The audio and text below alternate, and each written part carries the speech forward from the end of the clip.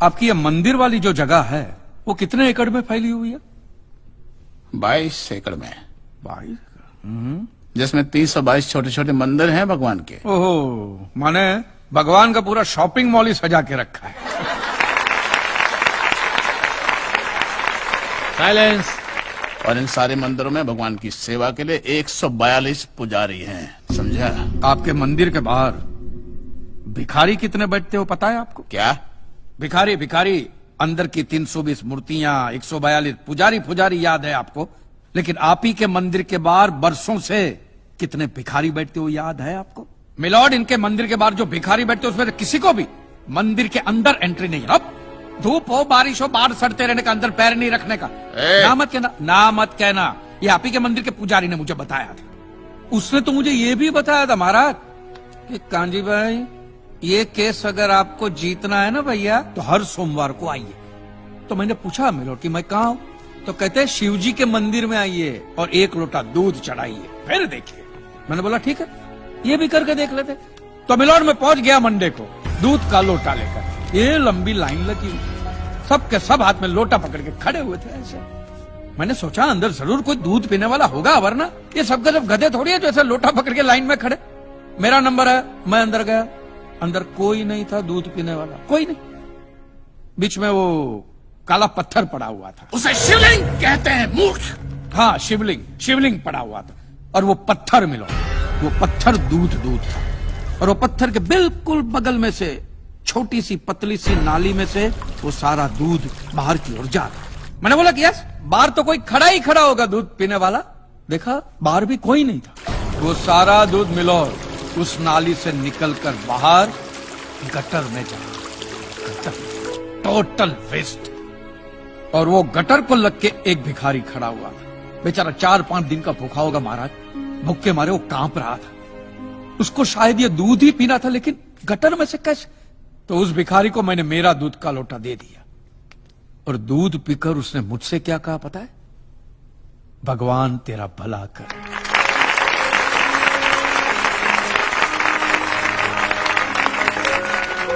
तो मंदिर में आने वाला एक एक इंसान वो पत्थर पे दूध डालने के बजाय किसी गरीब के पेट में डाले तो सबसे ज्यादा पुण्य मिलेगा, नहीं? और हाँ मौलवी साहब, किसी दरगाह पे फूलों की चादर उड़ाने के बजाय किसी नंगे फकीर के बदन पे कपड़ों की चादर उड़ाई जाए ना, तो अल्लाह को बहुत खुशी मिलेगी। और जीसस के सामने मोमबत्तियां जलाने से अच्छा है किसी गरीब की झोंपड़ी में जलाइए, तो उसके घर में कभी अंधेरा नहीं होगा। क्यों, तुम भी भगवान को नहीं मानते क्या? अरे मैं खुद भगवान हूँ। अच्छा, तो मैं अमिताभ बच्चन हूँ। देखो कांजी, दूध, चद्दर, मोमबत्ती ये सब चढ़ाना एक प्रथा है। भगवान की पूजा अर्चना, इन सब का मूल्य तुम नहीं समझोगे, क्योंकि तुम एक नास्तिक हो। जगत की मोह माया से तुम अभी तक मुक्त नहीं हुए। आप तो हो गए हो ना, आप तो बिल्कुल मोक्ष के दरवाजे पे खड़े हो। तो ये जो रीति रिवाज के नाम पे ढोंग चलते उनको बंद करवाइए ना महाराज। शनिवार को हनुमान जी की मूर्ति पे कितना तेल बर्बाद होता है पता है आपको? लोग 2 रुपये के 5 रुपए के सिक्के यूं करके मूर्ति पे चिपकाते हैं। हनुमान जी इन सारे चिल्लर का क्या करेंगे? कांजी भाई बिल्कुल ठीक कह रहे हैं। साईं बाबा अपनी पूरी जिंदगी गरीबों के लिए और गरीबी में जिए। जब तक वो जिंदा रहे तेल की एक एक बूंद के लिए दर बदर भटकते रहे, और आज उनके मरने के बाद उनके लिए करोड़ों का सिंहासन, सोने का मुकुट, किसके लिए बताइए महाराज। एक बात बताइए, जो भी भक्त भगवान की श्रद्धा से सच्चे दिल से भक्ति करता है, उस पर तो उस परम कृपालु की कृपा दृष्टि रहती है ना? रहती है ना? आया ना? तो चलिए महाराज, मुझे ये बताइए कि अमरनाथ और वैष्णो देवी की यात्रा पे जाती हुई बस नीचे खाई में क्यों गिर जाती?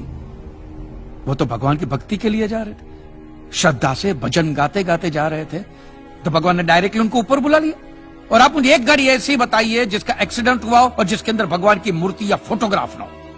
बताइए। I object my Lord. From day 1 ये आदमी बातों को यूं गोल गोल घुमा रहा है। मिस्टर कांजी, ये कोई डिबेट नहीं है अच्छे बुरे की, ये कोर्ट है और यहां प्रूफ चलता है। और हमारे पास प्रूफ है, इंश्योरेंस पेपर्स पर आपके सिग्नेचर्स। इसलिए लीगली आपको कोई हक नहीं बनता इंश्योरेंस कंपनी से पैसे और मांगने जहां तक हमारा प्रश्न है, बीमा कंपनी के नियमों को हम नहीं मानते। अगर उन्होंने लिख दिया कि भूकंप जज साहब ने करवाया है, तो क्या जज साहब पैसे देंगे? इसी तरह पॉलिसी में भगवान का नाम लिख देने से भगवान पैसे देने के लिए प्रतिबद्ध नहीं होते। अगर आप चाहते कि भगवान आपके पैसे लौटा दे, तो ये प्रूफ करो कि ये भूकंप भगवान ने किया है, किया ही है ना। इन राइटिंग है, कहीं लिखा हुआ तुम्हारे पास है? Any proof? मिलॉर्ड, ये mister kanji, court of law में सिर्फ दलीलों पर फैसले नहीं होते। आपकी दलीलें, आपके आर्गुमेंट्स आम जनता के लिए कितने भी वैलिड क्यों ना हो, लेकिन अगर आप उन्हें साबित नहीं कर सकते हैं तो उनका कोई मतलब नहीं। आपके पास कोई सबूत है? You may please proceed. Your honour, इससे पहले कि मिस्टर कांजी अपने तीखे और कटाक्ष भरे व्यूज बिना किसी रेफरेंस प्रदर्शित करें, मैं उनसे पूछना चाहता हूं कि उनके पास कोई प्रूफ है जिससे वो साबित कर सके कि उनकी दुकान भगवान ने गिराई है? मिलॉर्ड, अब जो सवाल मैं पूछने जा रहा हूं उसके लिए मुझे एक ज्ञानी पंडित की जरूरत है। तो आप मेरे जो भी कोई ज्ञानी पंडित है वो यहां पे आए, सिर्फ ज्ञानी आए, ज्ञानी। हाँ, आप बैठ जाइए।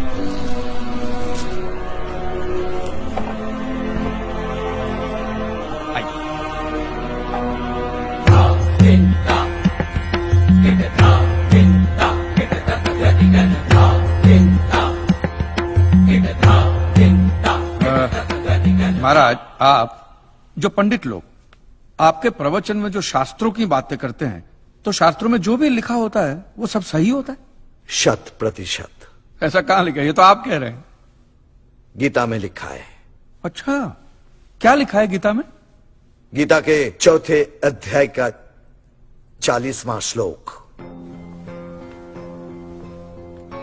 अज्ञस्य अश्रद्धानस्य संशयात्मा विनश्यति, नायम लोकस्ति ना परा ना सुखम संशयात्मना। मतलब क्या? इसका अर्थ है, जो अज्ञानी श्रद्धा विहीन मनुष्य शास्त्र पर संदेह या शक करता है, उसका विनाश निश्चित है। उसे भूलोक या परलोक कहीं भी शांति नहीं मिलती। समझा?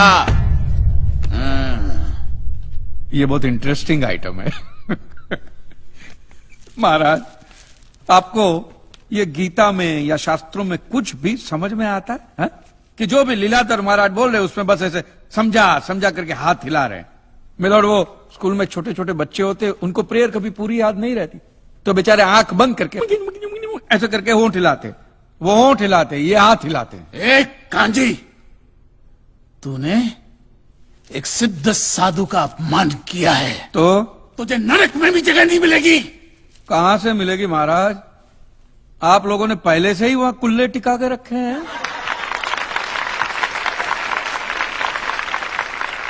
तेरा ये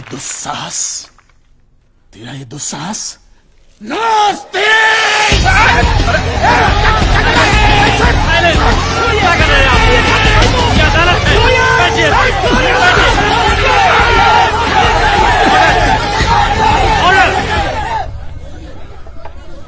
बैठ जाइए।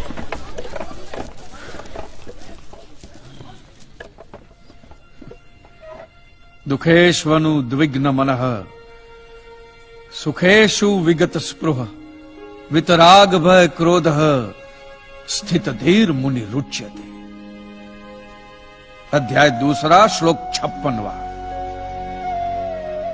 अर्थात जिस मनुष्य के लिए सुख और दुख समान अवस्था है, जो भय और क्रोध से मुक्त है, जो स्थिर बुद्धि वाला है ना, वही सिद्ध पुरुष कहलाता है।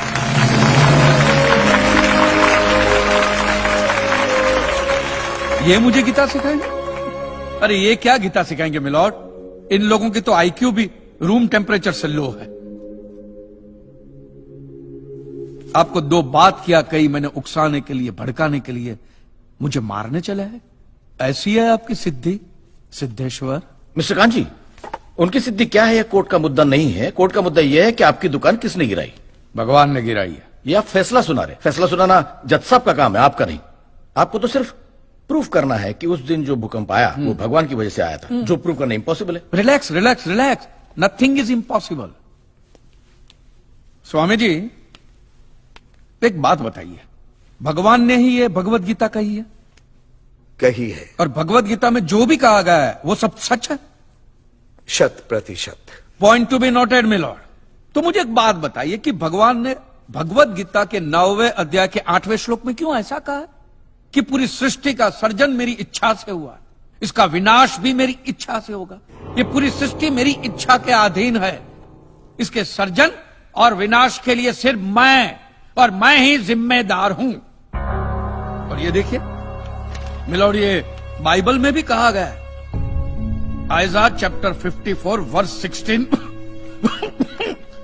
See, it is I who have created the smith who blows the fire of coals and produces a weapon fit for his purpose. I have also created the ravager to destroy. अब ये देखिए, ये कुरान शरीफ में भी है। सूरह जलजला 99 आयत 1 से 8 में भी लिखा है कि जब जमीन अपनी पूरी शिद्दत के साथ हिला डाली जाएगी और जमीन अपने अंदर के सारे बोझ को निकालकर बाहर डाल देगी और इंसान कहेगा कि ये उसको क्या हो रहा है, उस दिन वो अपने ऊपर बीते हालात बयां करेगी, क्योंकि तेरे रब ने उसे ऐसा करने का आदेश दिया होगा। रब ने।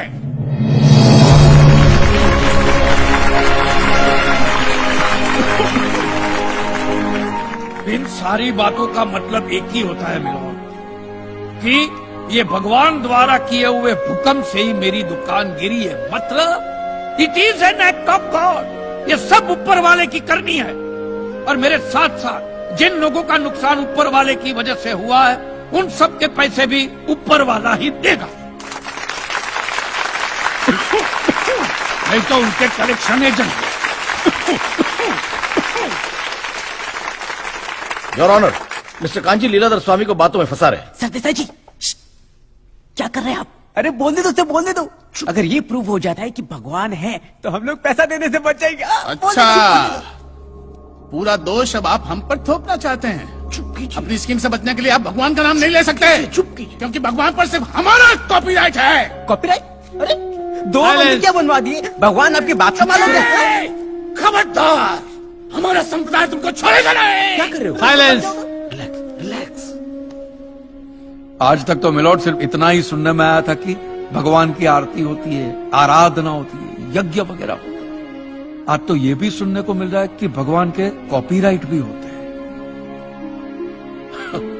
भगवान के कॉपीराइट ऊपर वाले की ब्रांड बना दी है इन्होंने। आज मुझे विश्वास हो गया है कि भगवान नहीं है, बिल्कुल नहीं है, हो ही नहीं सकता, क्योंकि अगर वो होते तो उसने आप जैसे पाखंडियों को तो कब का उठा लिया होता। मुझे जो करना था वो मैंने साबित कर दिया है मिलोन। अब इसका पूरा फैसला